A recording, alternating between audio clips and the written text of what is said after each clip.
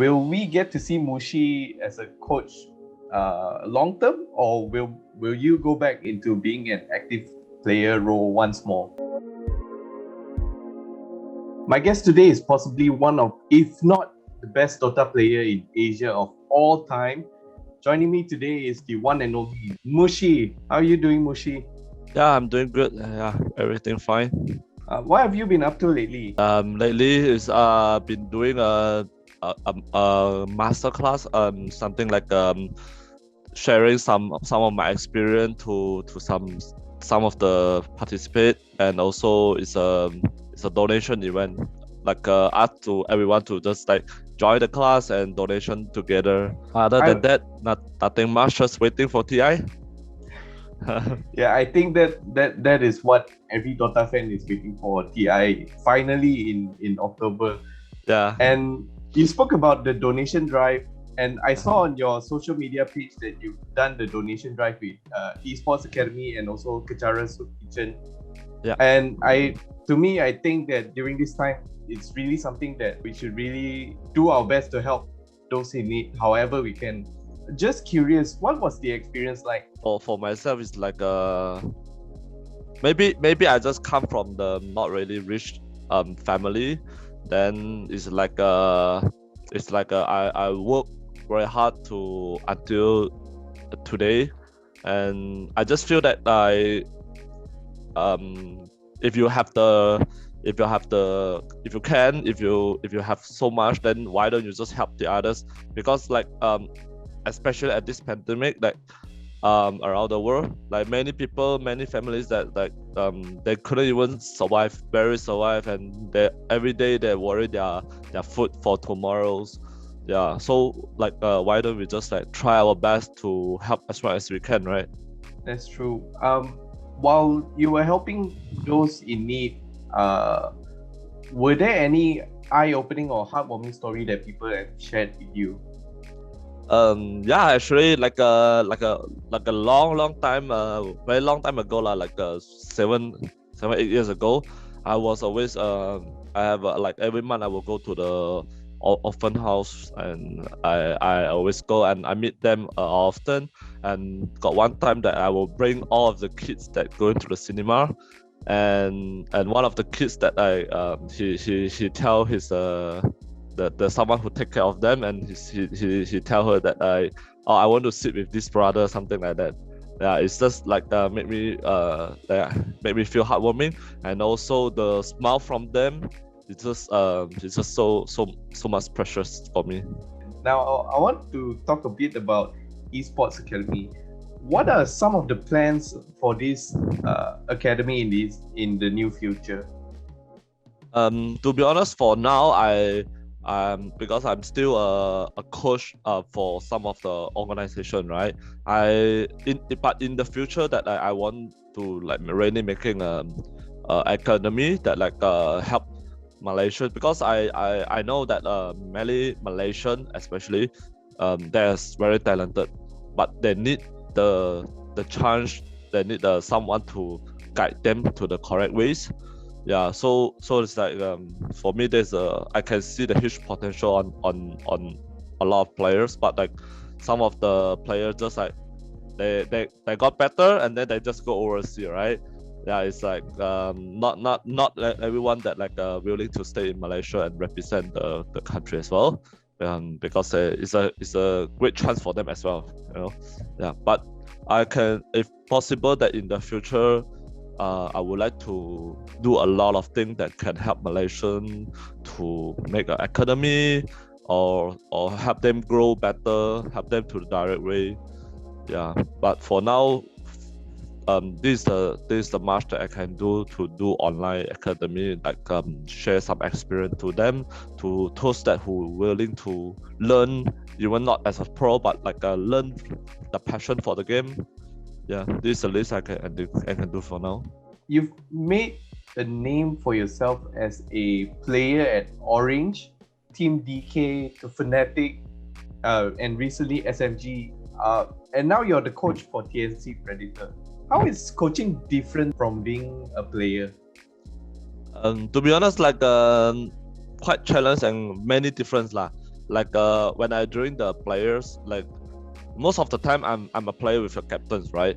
But when you're coaching, you are totally different. So you can't control the game. You can't like do so much in the game, right? But in a coach, like you some kind of like third perspective to watch the game, yeah, and also like you plan the strategy, you decided how their game plan. You also need to help them mentally and physically ready for the games.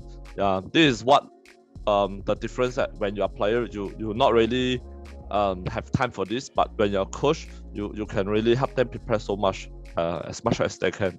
Especially during this pandemic, and your team is in Philippines. What are some of the challenges you faced, and how did you overcome them?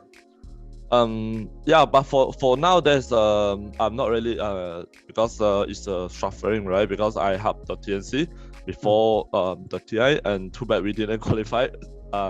Yeah, but everything is hard to tell. Like maybe I will change the organization or something. But before that I was helping them during online because I couldn't travels, right?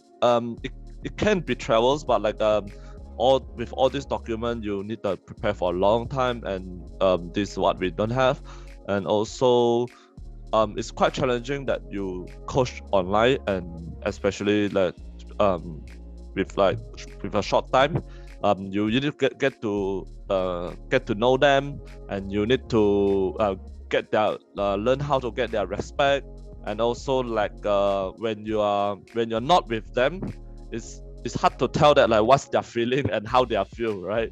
Yeah, Yeah. everything just like with the camera. Yeah, it's this is a this is a very challenging like during online and offline.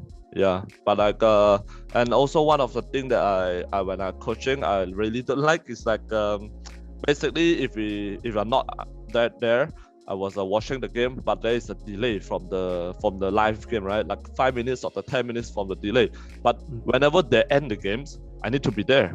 So I couldn't finish the game, and I need to help them to think about like what's the problem. I only can ask them, okay, what's the problem? Why we what we can do better in this game, or why we lose in this game, because I couldn't finish the game, right? This is one of the things that I is not really doing so well for me.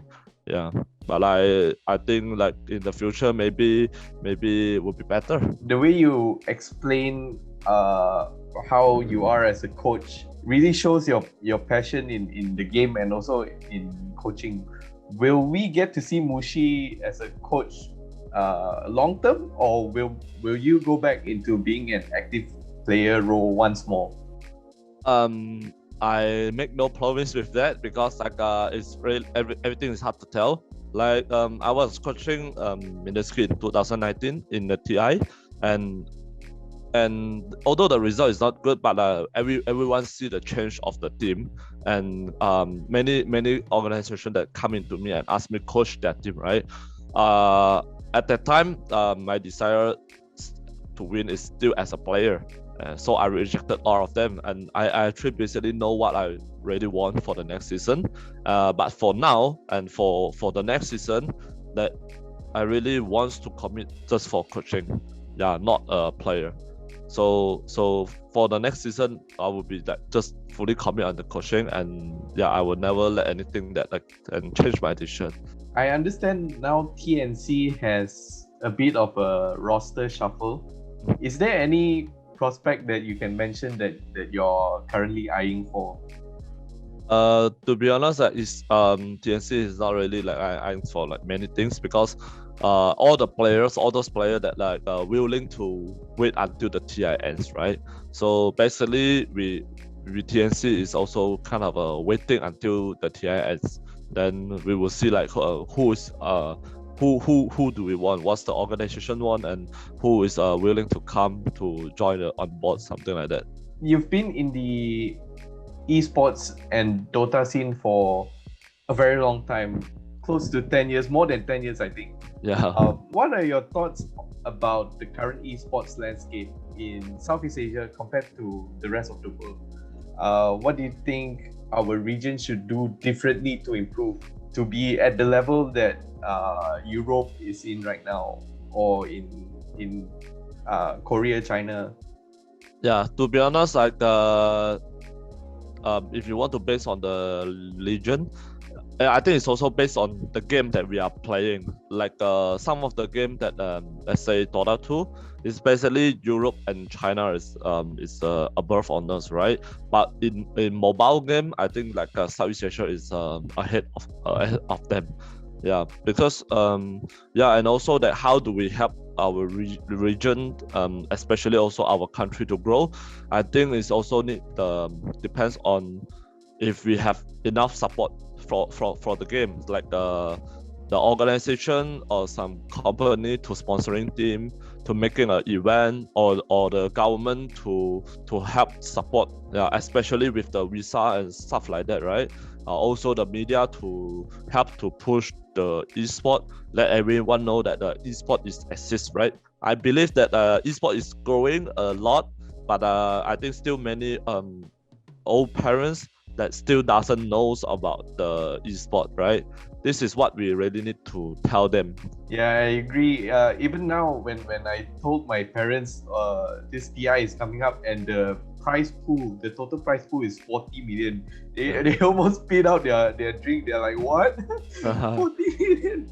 Yeah, And then yeah. I'm like, yeah. And they were trying to figure out what Dota is and all those. And I'm like, there's a lot of tactics towards it. You need to think. You have to. It's like sports, like football. There's tactics and all those. It's just that you're playing it on the computer.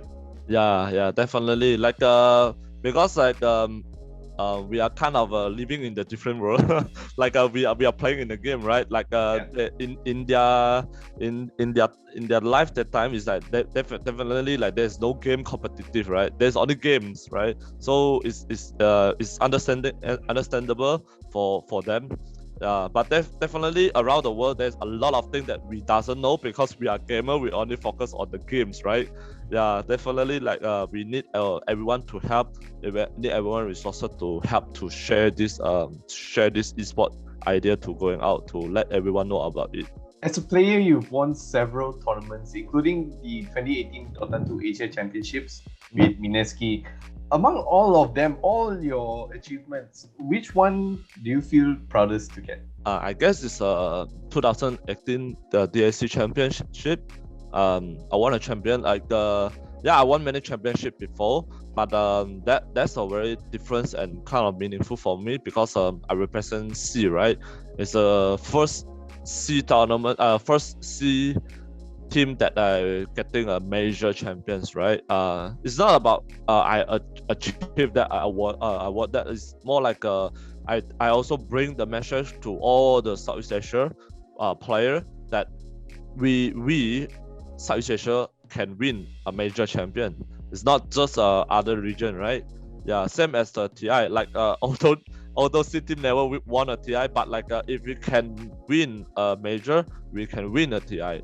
Yeah, because it's the same level of the tournament, right? You've played with several teams in your career. Team DK, Orange Esports was where you made your name. Ehome, Fnatic, Mineski, Team SMG, and a lot more. Which team did you have the most fun playing with?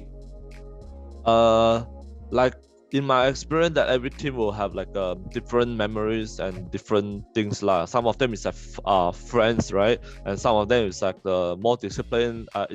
Is enjoyable in most of the team. But if you want to tell that the most fun one, I think it's a DK. Why? Because I won the most in that team, right? And also in the team that we don't really only playing to win for with like one way. We are playing with many ways to win. So it's kind of that time is kind of a very very fun moment to playing Dota. Yeah. Yeah, I think in a team that there's always even in working there's always two types of workplace, the fun one and also the one that is more disciplined, more corporate one. Yeah. I understand that different teams have different philosophy, different games have different way of managing the teams. If SEAGM's SAM9 were to have a Dota team one day in the future, What are some of the advice would you give us before starting a Dota team, and what are the do's and don'ts? Basically, if you want to making a Dota team, like you need to understand that you are building a new whole talent team, or I mean like a new upcoming young people, or or the or the in, or the experienced one that you want to achieve things right away, right? Like in a different way, like if you want to build out the youngest team to make them grow, you need time. Definitely you need to pay a lot of sacrifice a lot of time to help them grow. A good system for them, a good environment for them. Yeah, these are all those that the organization can be take notes. And I think the players that you're looking for is also very important. I think not necessarily that you need to find a very good one or very strong one, but the right mentality and the right mindset is also very important as a player. Yeah, even as a youngster is just so much important than how good that you can play the game.